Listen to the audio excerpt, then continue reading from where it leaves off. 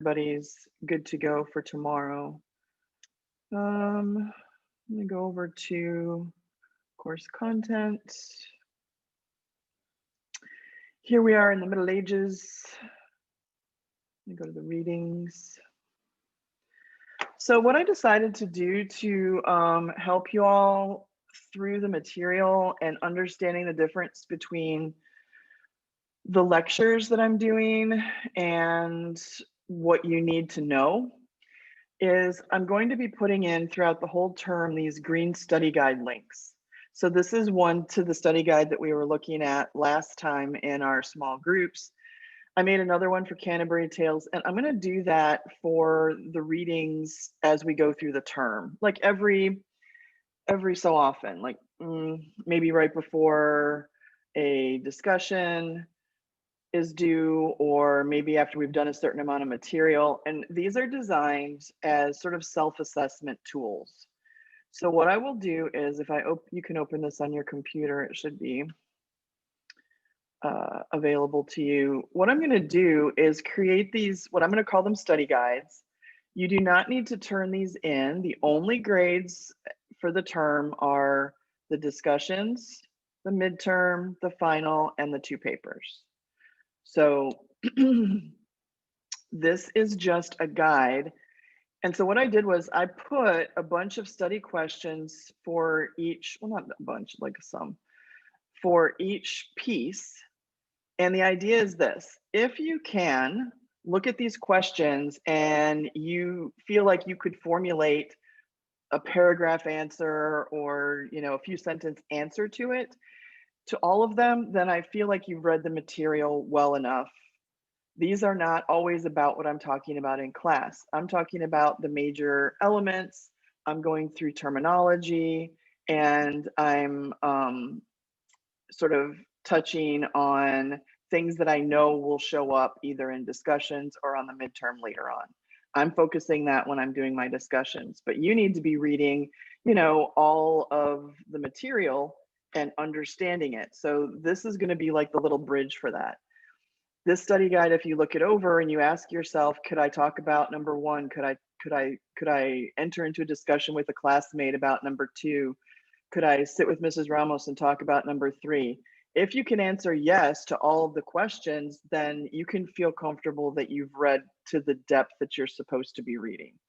If you look at these questions, kind of like a self-quiz in a way, if you look at these questions and you go, oh, I don't know, I don't remember that, I'm not sure, then I would say that's a clue that you need to read with more depth or maybe take notes. Sometimes people don't take notes because they think, oh, I read it and that's good enough. But we do know some things about the brain, and that is that if you are taking notes while you're reading, jotting things down, making a list, whatever, outlining, that act of doing 2 things at once, reading and taking notes, helps your brain remember. So you might need to go back to your notes and look at it before the midterm. That'd be a good way to review. But if you don't have notes, how are you going to remember stuff from 2 months ago when it's time for the midterm? So this is kind of like a little self-test for you to make sure that you're reading at that level. And so I put them in. I'll be putting them in, and I'll make them green so that they stand out at like intervals between the readings, so that you can make sure that you're on target. Also, when we finish with a section that has a study guide, I'm going to kind of bring it up in the next class period, and I'll say, is there anything on the study guide that you want me to talk about? Is there anything that you feel like, yeah, I feel like I get all of this except number 7? Then I want to give you an opportunity to bring that up, and I'll talk about number 7. So we can practice that a little bit today. I wanted to open that again. That's right here. That's right here. So I had asked you specifically last time to look through these questions. So will you start putting in the chat any that you want me to talk about, or unmute and just tell me anything in the Beowulf 1 through 8? Are there any here that you want me to kind of talk about a little bit?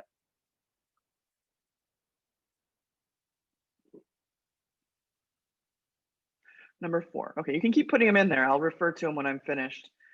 So number 4 is, in what way is Hrothgar a role model for Beowulf? When Beowulf goes to Denmark to, okay, 7. When Beowulf goes to Denmark to try to help Hrothgar, he's going as a young warrior. He's trying to prove himself. He's been in battle and stuff, but he's trying to become legendary. He wants to be remembered. So when he goes there, he's very deferential to Hrothgar. He wants to learn from him. Anybody who wants to make a name for themselves in any field, I mean, I'm sure Beowulf didn't think of it as a field, but you would go to the people who have mastered that field and who are authorities in that field to help you. Hrothgar seems, when we meet him, like a weak king, but it's only because he is plagued by this monster. He was a great king. He expanded the territory for his people, and he also does this thing where he advises Beowulf. And I think you can, let me go to, hold on. I had that one ready to go, but I can go to the Beowulf one.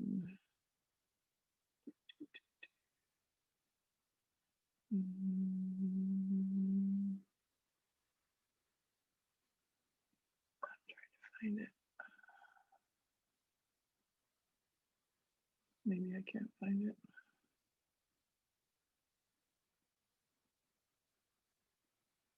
Canterbury Tales. Well, okay, just let me tell you. I was going to point to the lines for you, but there's this part where after Beowulf defeats Grendel and Grendel's mother, or somewhere in between there, where Hrothgar tells Beowulf, you know, as you know, you're great and all that stuff. Thank you so much for helping us. But he also says, be careful of pride. And he's saying that from his own experience. Be careful of pride, because just when you think you're the greatest is when someone, some situation, something takes you all the way down to bare minimum again. And he's saying that from experience because he was riding this high of creating this community, building out Harrod, the people praising him. And then here comes this monster who took him, took all the wind out of his sails. And, you build this presence for yourself, and it's fragile. And there's a speech that he gives him, beware of that, because death comes for all of us. And don't think that you're immune to that. And so he gives him this little speech. I think it's between when Beowulf kills Grendel's mother and when they leave to go back to Geatland. So in that way, he's a role model. And a little bit of foreshadowing too, because Beowulf does end up with a situation that devastates his people, and he has to try to handle it. So with the dragon. So in that way, he's a role model for him. It's kind of like, though, when you're young and people give you all this advice, older people, especially when you go off to college, a lot of people are going to be like, do this, don't do that. You should do this. You shouldn't do that. And sometimes, we just have to find out for ourselves. And, you could take advice, people do, and people don't. And so our role models are people who are trying to help us through the process of, going through our lives. And I don't know if you've reached the point in your life yet, where probably not, because it's not until you're a little bit older that you appreciate all the things that your parents tried to keep you from and tried to help you with. And I don't want this to happen to you, and I don't want you to have to go through what I went through. I'm sure you've heard them say that. And my parents said the same thing to me. And I was like, yeah, whatever. I want to live my life. And Beowulf's kind of like that too, until a dragon starts burning down his people's village. Number 7 seems to be a popular one. What does Beowulf learn from each of his battles? Well, I mean, there's a lot of things that it's almost an opinion question, but I think in his first battle with Grendel, he learns that if you fight your foe the way your foe fights, you can be better. It's like a tongue twister. You can better beat them. Get into the head of your opponent and try to understand their perspective and you can probably be more successful. That works in lots of ways in life, not necessarily with ripping arms off of monsters. But if you can try to get into the mindset of somebody who opposes your viewpoint, it's about trying to understand the other side. Even in an argument, try to understand what the other person is getting at or is trying to express.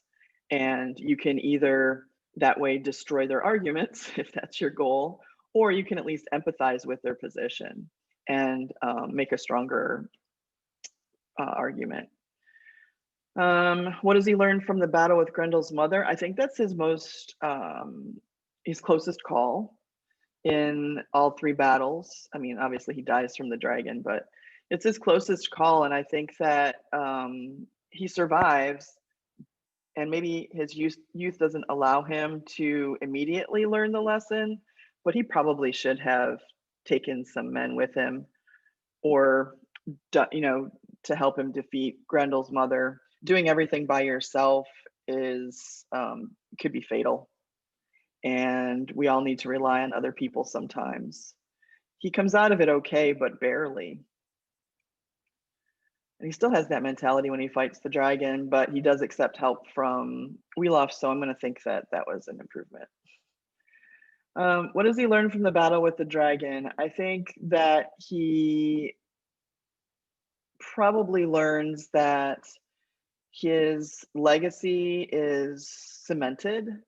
He probably feels like after these three battles and all the other ones that he participated in before he became king, that he, is victorious, that can be a legend. And I think also maybe there's something to be learned for providing for your people. One of the main reasons that he wants to defeat the dragon is to get the dragon's treasure and add to the treasury of his people. So that sometimes you fight for your own, name, and sometimes you fight for others. He does that too with Grendel and Grendel's mother, but I think that the bigger overshadowing element is him creating his legend. He's already got his legend by the time he's fighting the dragon, yet he does it anyway. So it's more about his people in that fight. There's probably some other things that I'm not thinking of. So if you think of things too, that those are good answers too. These aren't the only answers possible to these questions. All right, I don't see any more for Beowulf. So under Gawain or the terminology, are there any items here that you want me to spend a few minutes talking about? Can you do 8 and 10? Yeah. Okay, so number 8, discuss the use of symbolism. Well, the color green is symbolic in a lot of ways. Green is usually something that represents either jealousy or like something new.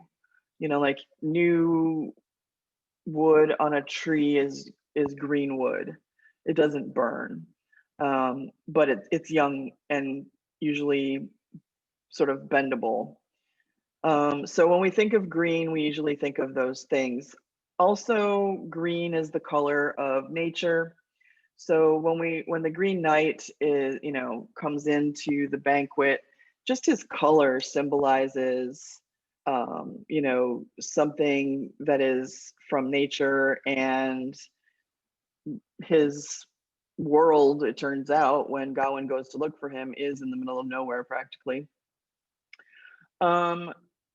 So the color green, I think, symbolizes that plus something that's supernatural. The belt is symbolic, not just that it protects him from, or they call it a girdle in the story, that the wife of the host gives to Gawain symbolizes at first, a little bit of the tiniest smidge of an inappropriate relationship, but ultimately it represents protection and saves him from, a true slice of the axe. What else is symbolic? I think maybe also Gawain's journey is symbolic. When he's traveling from Camelot to look for the Green Chapel, he is, goes through the wilderness. He meets several beasts and creatures and things like that that he has to defeat, and it tires him. So that journey is symbolic probably of the hero's journey, because when he gets to the castle, he's depleted and he has to rest before he can move on and go and do his duty by meeting up with the Green Knight at the Green Chapel. Maybe also that symbolic too of duty is his journey and showing up there and actually taking up the challenge that the Green Knight gave him. And the host's home is symbolic of refuge and restorative properties. 10. What does the Green Knight gain? Okay, so the Green Knight basically gains the idea that that chivalry is real, and that's what he was challenging in the first place. When we talked about section 1, I was talking about that because he is challenging the whole round table, really, to prove that they are as chivalrous as they say they are, that it's not just chivalry isn't just something that they say that they do without actually following through on it. Because if you look at the code of chivalry, like it's pretty restrictive in terms of what you're honor bound to do. And so the story ends up being also symbolic of that chivalrous nature of the knights. And Gawain proves it many ways by not giving in to the host's wife, which he very clearly could have done on a couple of different occasions when she hopped into his bed. And also just by returning a year later and going to find the Green Knight and then going to the chapel and following through on his promise. So we could it's kind of like number 6. We could go, and number 4, we could go through and find many examples of situations where Gawain demonstrates the chivalry that is expected of a knight. And so the story then becomes symbolic of the promise of chivalry and that kind of behavior for the community.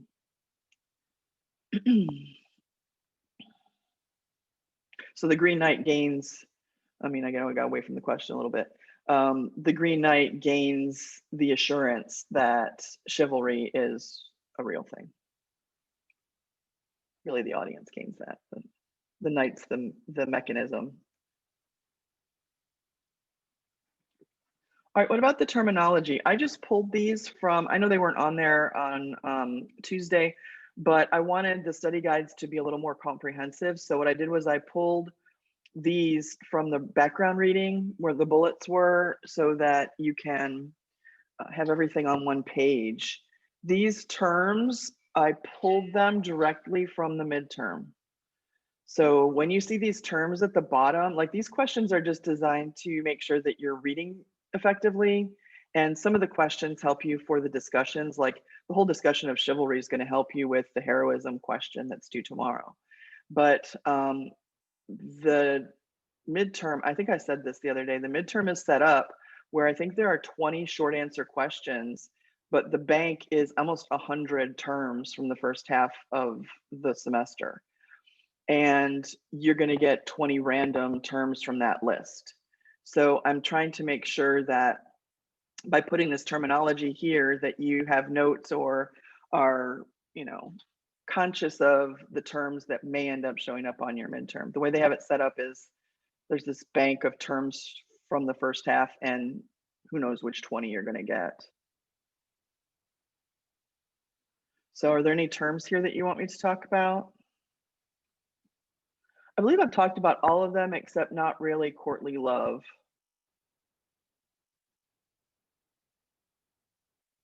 The second one. Yeah, okay.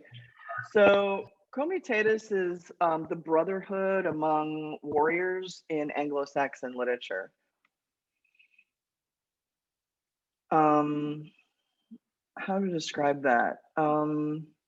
So it's sort of like that bond that happens between warriors and, kind of like the guarding of each other. I mean, I guess the equivalent in today's military would be something like you don't leave a brother behind in battle, that kind of thing. So they would take oaths to their king and to each other, that kind of thing. We can see many examples of that in Beowulf. Weirgild is the revenge concept. It is about how if you take something from me, then I'm allowed to take something from you of equal value. And that might mean your death, or it might mean you have to pay me. And we see that evidence from Anglo-Saxon society also in Beowulf. This column is all Beowulf, and this column is all Gawain. So the Weirgild is just the idea of revenge. If you take something from me, I'm going to take something from you. Grendel takes many men from Hrothgar, so Beowulf takes Grendel's life.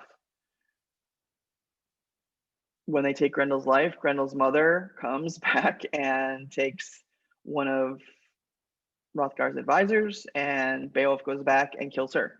So it's just that idea of revenge. It wasn't always death. Sometimes, if a warrior got killed, they would just demand a certain price. So you'd have to pay for that. So Weirgild is just that idea of replacing what is lost, and revenge feeds into that a little bit.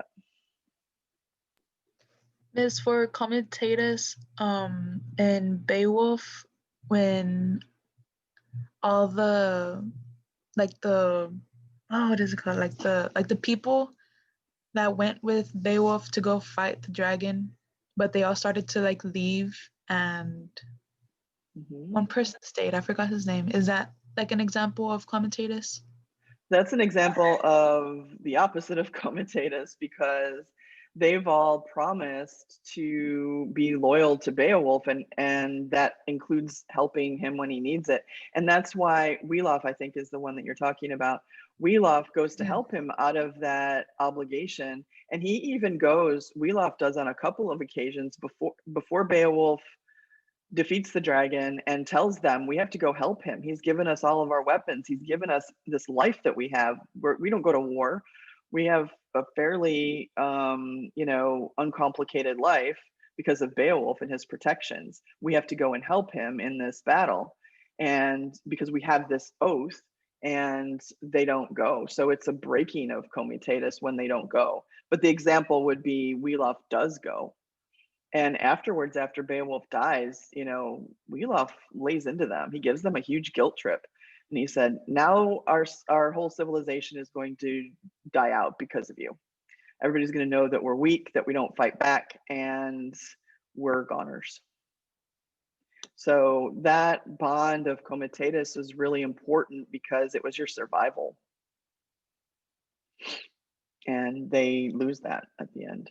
Yeah, that's a good example. It's a good example of, like following that unwritten law and not following that unwritten law.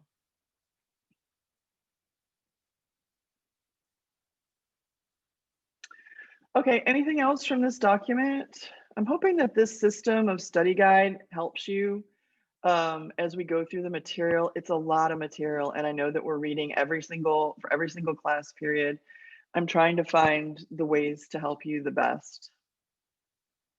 But I'm hoping now you can see why we need to have class more frequently this term, because there's just so much as we're moving forward. Okay, I'm gonna switch back over to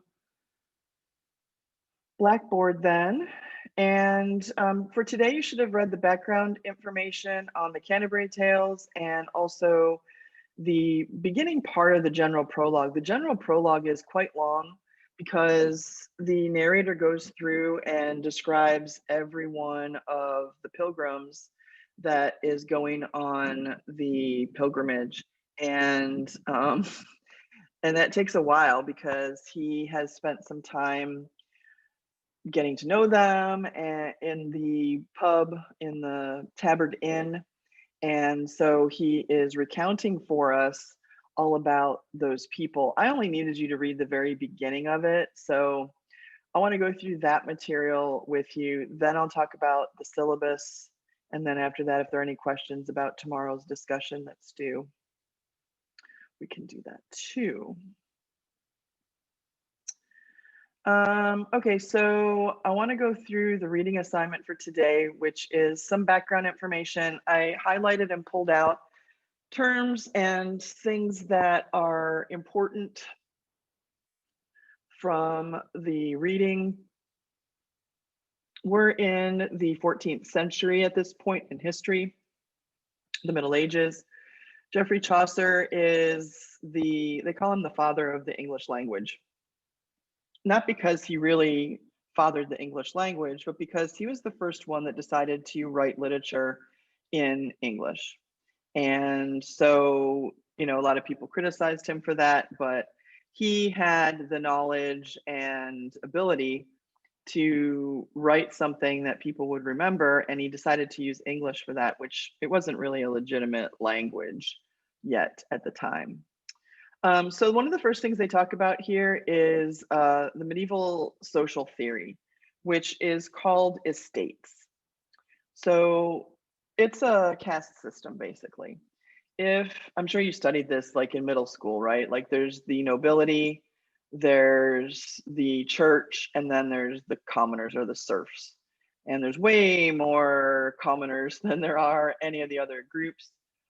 But you belong to one of those three levels of society, and there was very little movement between them. A serf was never going to become a noble or a church person because you had to go to school, and school was very expensive. So, you know, if you were a ditch digger, you were just going to be a ditch digger. Your dad was probably a ditch digger, his dad was probably a ditch digger, and that is just how it worked. We are on the cusp in history at this point in time in the 14th century, going into the 15th century, of the beginning of a middle class. And they do talk about that a little bit later in the text. And Chaucer's work represents that. One of the things that is crucial to understand about the Canterbury Tales and literature in this time period overall is about this emerging middle class. There's this group of people who aren't exactly peasants and they aren't noble. In other words, they're not royal or a knight or a duke or, you know, an earl or anything like that, a lord. They don't have a hereditary line of money and property. There is this emerging middle class that we start seeing at this time. And there's merchants who have a good deal of money and they can purchase property and they have items that they can sell. I put a little note over here on the side. There are characters in the Canterbury Tales, like, you know, some tradesmen and a Franklin and just different sort of beginning, middle stages of like an extra level of society, because some peasants found themselves with a little bit of money. They built that into a little more money. And so now there's this extra class that has money and land, but isn't titled. So they talk about that there in the text. That's important to note. Another element that they talk about in this background on Chaucer is that Chaucer was extraordinarily well experienced. He was lucky when he was young that his father was able to place him with in some positions as a page, and a page is a person that runs around like they take messages to people, and that's why we used to call them pagers. I don't know if you guys don't know about those. But a page just takes messages, go take this to so-and-so, go tell the people in the barn to get the horses ready, you know, that kind of thing. And so he ended up in actually the court of Edward III, the king. And so he traveled with him. the background kind of talks about how he went multiple places and met all kinds of people. Their diplomatic missions I highlighted here: Spain, France, Italy. Most untitled people at this time, whether they were in this emerging middle class or whether they were peasants, never traveled, outside of a maybe 10-mile radius of their home in their lives. So the fact that he traveled with these nobles to all these places and heard these languages and read their literature and saw what was going on in Italy during the Italian Renaissance and so on, gave him a wealth of experience and ability to write about a lot of different types of people because he experienced different types of people. And that's one of the extraordinary things about the Canterbury Tales and all of Chaucer's work, is that he does an extraordinary job in drawing out the characters and making them three-dimensional and round characters, because he experienced so many different types of people. So they talk about that. They talk about some of his jobs that he had here and there that contributed to that aspect of his work. So I already talked about that. I already talked about that too, but this is where it talks about how when he wrote in English, it was kind of not really done. Most people either wrote in French or in Latin. Those were the languages of literature. So when Chaucer wrote in English, he really he did a lot to elevate English to the level of being a respectable language on par with those other older languages. And so that's why we call him often the father of English poetry. It talks about his trips to Florence and other places during the Italian Renaissance. It's important to note our next unit is moving into the Renaissance, but the Renaissance in England happened about 100 years after the Italian Renaissance. Stuff moves slowly at this time. Nowadays, things move very quickly. Fashions and what's popular and all that stuff, we see it on the internet. And so no matter where you live, you have access to seeing what's cool and what's contemporary. But in the time of horse and buggy, less so. So there was an English Renaissance, and we're going to talk about it in the next unit, but it didn't happen at the same time as the Italian Renaissance. The Italian Renaissance, with painting and art and literature and music and all of those elements, happened about 100 years before there was such a Renaissance in England. But Chaucer was in Italy and saw what was happening on the artistic front in Italy. And so he kind of brought the knowledge of that back and may have started the initial beginnings of moving out of the fairy tales like Sir Gawain and into the type of writing that we see in the Renaissance, where literature becomes, like English literature and, Shakespeare. So they mention that connection here. They also mention in this section here, I didn't highlight it, but they start talking about Boccaccio, and they start talking about Gower and some other people who wrote. And it's important to note that Chaucer did not invent all of the tales that he wrote. Lots of times writers at this time, and for us that's a big deal, because for us it's about copyright and this is my idea and my intellectual property. But back in these times, really through the Renaissance, a lot of writers just reworked stories that already existed. And so they talk about that here, how he used some stories from Italian literature and French literature that he would have been exposed to as the basis for some of his own stories. And that was not a problem back then. It was sort of expected. Even Shakespeare, many of his stories come from older other stories. They just people go to see it, they know the story, but they want to see how Shakespeare is going to do it. The next note that I have here is about Chaucer's strange social position. They mentioned that he was rubbing elbows with the nobility and in the inner circle of nobility, but he himself was a commoner, and that was highly unusual. but it put him in a position of being able to write about, you know, all aspects of society. If you're a commoner, you would probably never even see a royal, let alone, you know, sit in the room with one, you know, and hear what they have to say. So the fact that he was a commoner that had access to these nobles put him in a position to be able to write about people of all walks of life because he could observe them. All right, so then the text, the background stuff starts talking about the Canterbury Tales, the work in particular. And it's important to note that the Canterbury Tales is what we call a frame tale. And I did a little diagram. I looked for one, but I didn't like any of the ones they had. So I made my own diagram. And so a frame tale is a term that you need to know. A frame tale is a story that sometimes it's called a frame story. It's a story that has two different layers of stories going on at the same time. So we have this big story, and in the Canterbury Tales, the story is that there are these pilgrims who happen to meet up in a tavern, in an inn. They were there at the same time, and they were at the inn called the Tabard Inn, and it is the last one on the outskirts of London before you hit the road to go to the Canterbury Cathedral, which is, I guess, about 70 miles outside of London. 70 miles for us is, you know, I don't know, depending on how fast you drive, an hour, hour and a half drive. But if you're going on horseback, it's a couple days.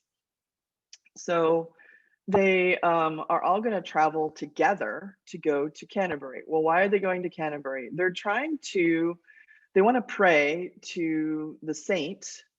It's Thomas of Becket that they're going to pray to. It's mentioned in the text, so I'll bring it up again in a minute.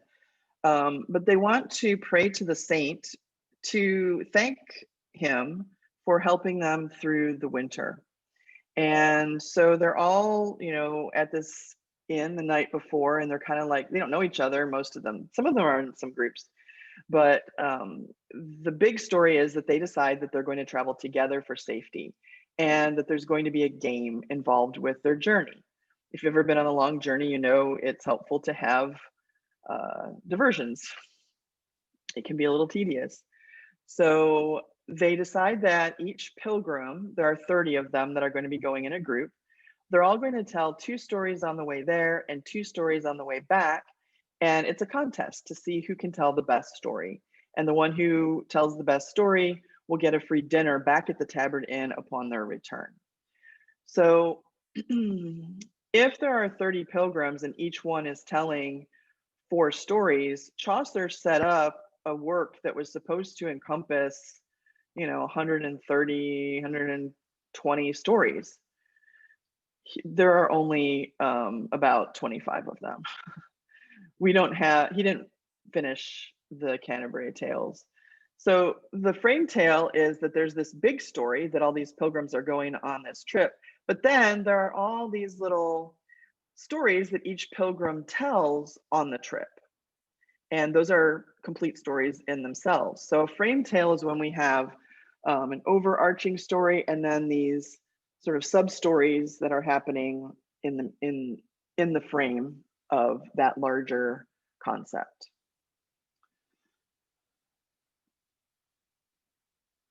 Put this back.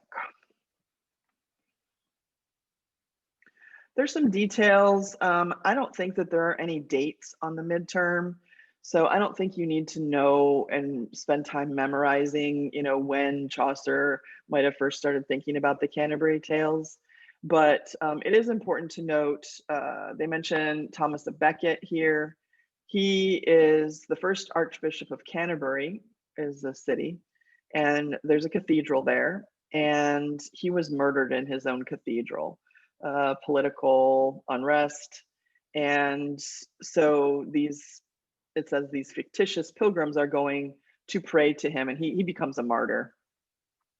So they're going to that cathedral to pray to him. And we'll see that in the general prologue, beginning of the general prologue. Wide spectrum of ranks and occupations. We talked about that already. There are many genres. So the fact that Chaucer sets this up in a frame tale makes it so that he can create characters and different narrators who are telling these stories, and it gets to be super creative that way, because okay, I can pretend that I'm a monk and I've got these qualities, and what kind of story would a monk like that tell? Or I'm a knight just coming back from a battle, what kind of story would a knight tell? And he can then not just create the characters in the frame, but he can create the story that that character would tell the group. And that's kind of like the cool thing about the frame tale. So there's a note here that Chaucer conducts two fictions simultaneously, the individual tale and the pilgrim to which he has assigned it.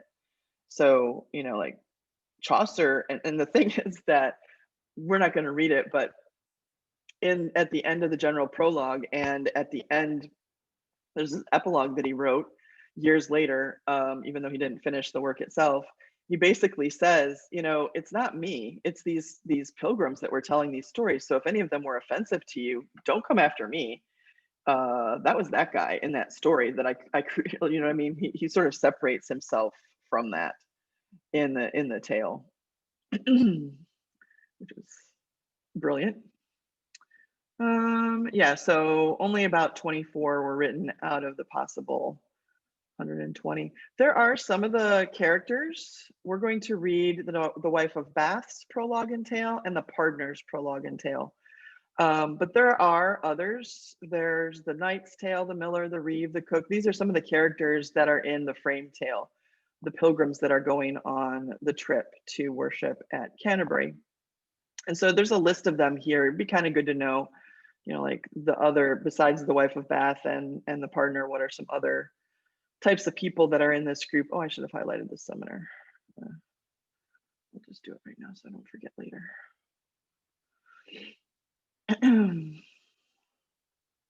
So each one of them has a different personality. Each one of them has a different job, and they're all going to tell these stories on this trip.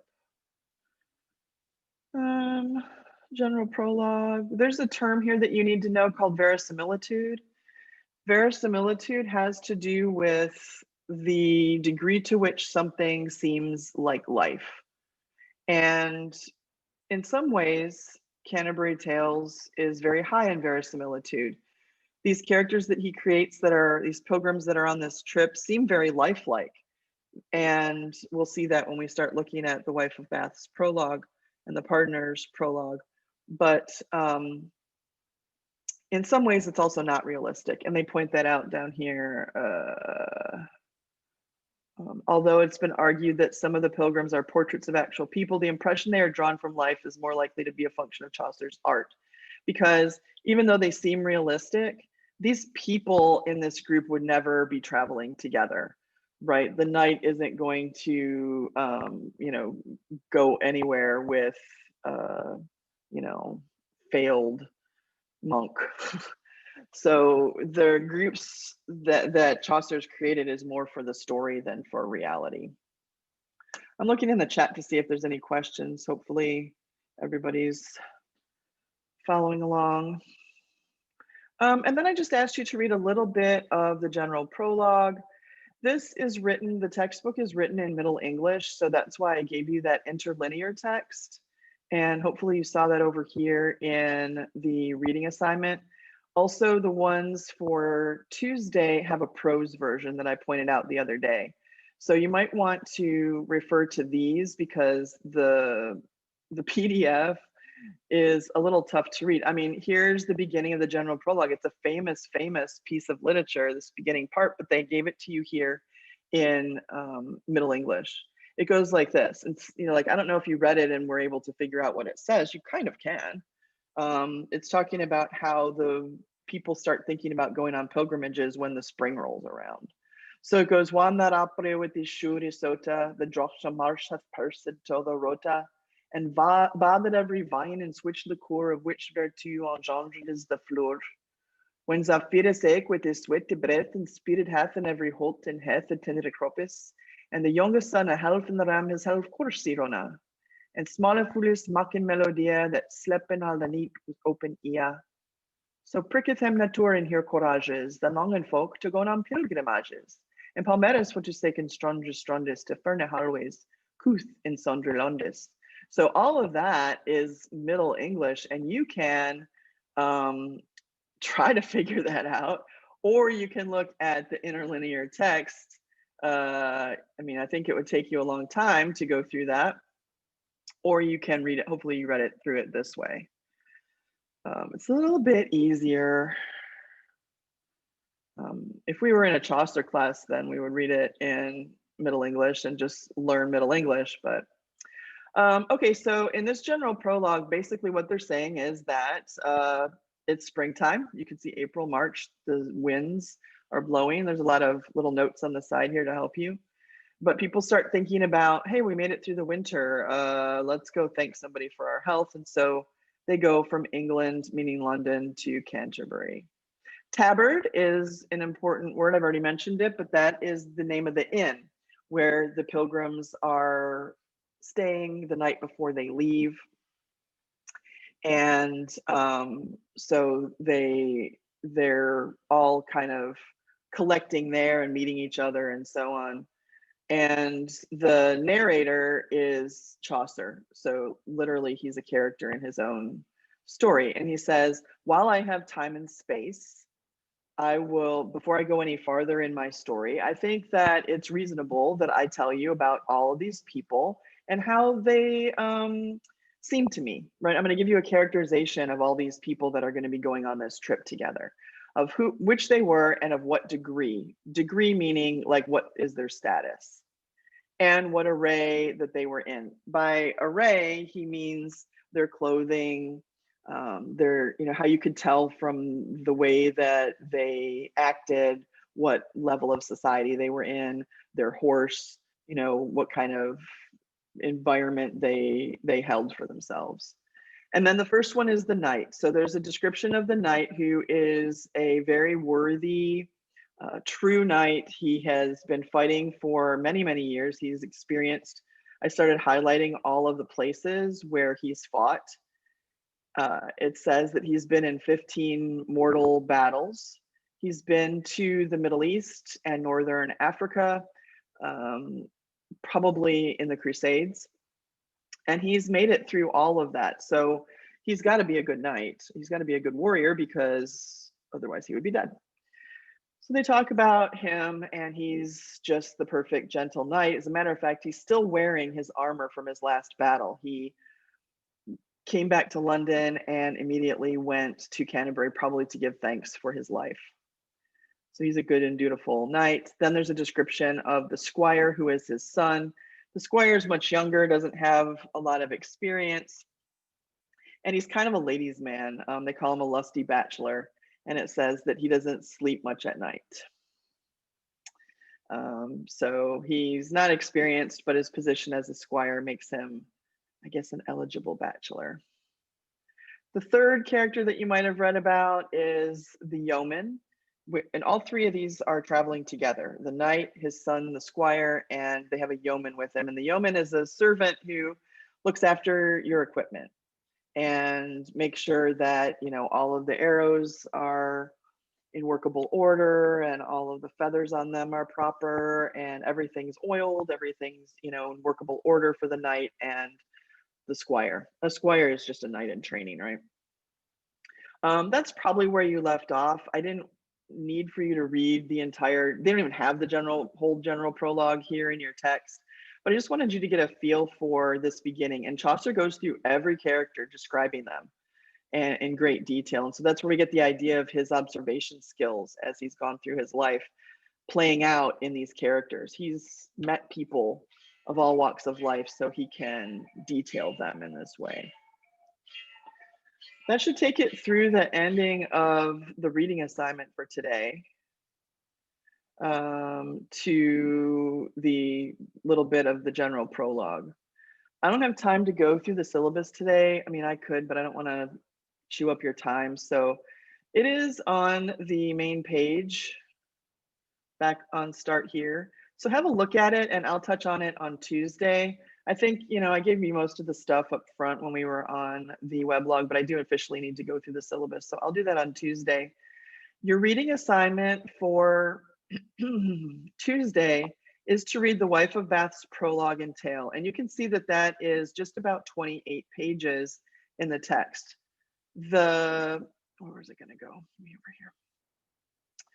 The prologue and the tale here, you can use the PDF if you want, but like I said, that's in Middle English and it will probably take you a little longer to churn through that. There's the interlinear text, which is this one. I've linked it to the tale, which you can look at the Middle English and then read on the alternate lines. Or there's also a prose version if you, probably is the quickest read. The prose version is written in paragraph form. So somebody took the verse that it was originally written in Middle English and turned it into a modern English like story tale. So it's long no matter what you do. The Wife of Bath is a character, and in her prologue is maybe a little longer than her actual tale, but she reveals a lot about her life. And she's one of the most drawn out characters that we see in the Canterbury Tales. So the prologue is all about how she's had 6 husbands and she's been through a lot in her life and she's giving advice. And then her tale is a story about a knight who makes a mistake and the women who hold him accountable for that mistake. It's also a story about nobility and what makes somebody noble. There's a question in that tale, and I think it'll be on the study guide too, is somebody noble just because they have a title, or are behaviors noble? And she brings that up in the tale. So Tuesday we'll do the syllabus and we will talk about the Wife of Bath's prologue and her tale. Are there any questions? Anything I didn't touch on? I know I went through a lot today.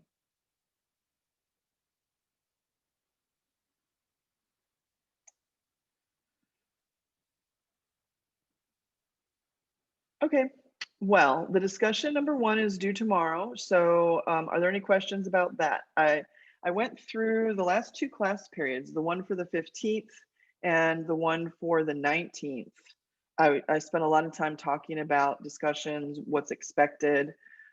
You can even go, when you go to do the discussions, oh, there we go. This is the one that's due tomorrow, your 500 word minimum post.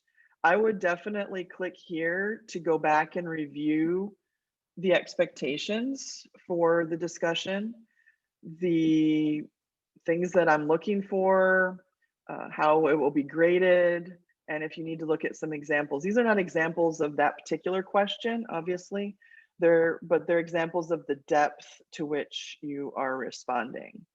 Keep in mind the length. Keep in mind that you should be talking about more than just what I've been bringing up in lecture discussions. And keep in mind that you want to make sure that you're demonstrating that you have insight into the works that you've been reading. So there's a link right there on every one of the discussions where you can go back to that page and review what's going to be expected. Somebody emailed me, I don't think it was from this class, but somebody was asking me if the replies are graded separately, and they're not. It's one grade. So you need to have a response that is minimum 500 words. And we talked about minimum, I think last Friday's class. And then once everybody posts on Friday, you need to go back in and read 3 of your classmates sometime before the end of the day on Monday and respond. There are some ideas about how to respond to them if you click here, and also here in the question, in the instructions, there's a little bit of that. And then it will get a grade for the discussion. They only put 1 grade in the grade book for the parts of the discussion. So in case you were wondering that, somebody did ask me. There's already a post there. Oops, that's the wrong thing. So there's already a post. You can't see the posts until you post your own. They set it up that way. But are there any questions about the post that's due tomorrow?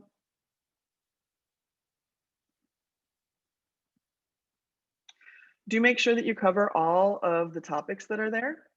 There are a couple different questions, so you can make those separate little responses.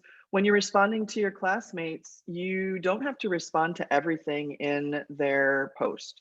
You can just, pull one idea out and write on that if you want to. Whatever seems interesting to you from your classmates. All right, well, if there aren't any questions, feel free, if you're working on your discussion tomorrow, feel free to send me an email, or you can also message me on Google Voice. And that's usually the fastest thing because it pops up on my phone like a text. This is the number for my Google Voice, and you can just text me if you have a question, or I do check my email and I can respond back to you. So if you're working on it and you're not sure about something, it's better to reach out. That way you can ensure the best possible grade on your first discussion. So I'm looking forward to reading them. All right, I'm gonna cut it off for today. I know I went a little bit over time, but we got a lot done, so that's good too. So I'm gonna say have a good weekend, and I would say enjoy the weather, but it's not enjoyable weather. Go read a book or, take a nap. All right, I'll see you all on Tuesday. Have a good day.